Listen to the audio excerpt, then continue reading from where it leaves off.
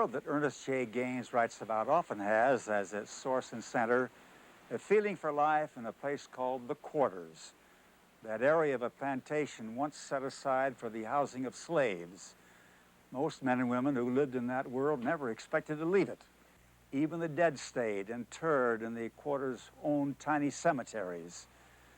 More than 70 years after slavery was legally abolished, the concept of the Quarters was still very much alive as housing for field hands and sharecroppers. Ernest Gaines knows because he was born in just such surroundings. The year was 1933. The place was called River Lake Plantation in Oscar, Louisiana. He worked the same fields his parents had worked when they were young, and his grandparents and great-grandparents before them.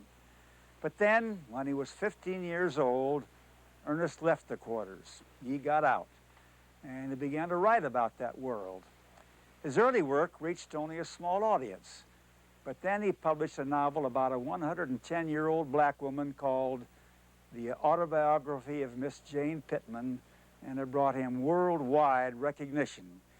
In Miss Jane, as well as in his other works, he writes of the search for self-respect and dignity that every person, every child especially, must undertake. The story we're about to see is called The Sky is Gray.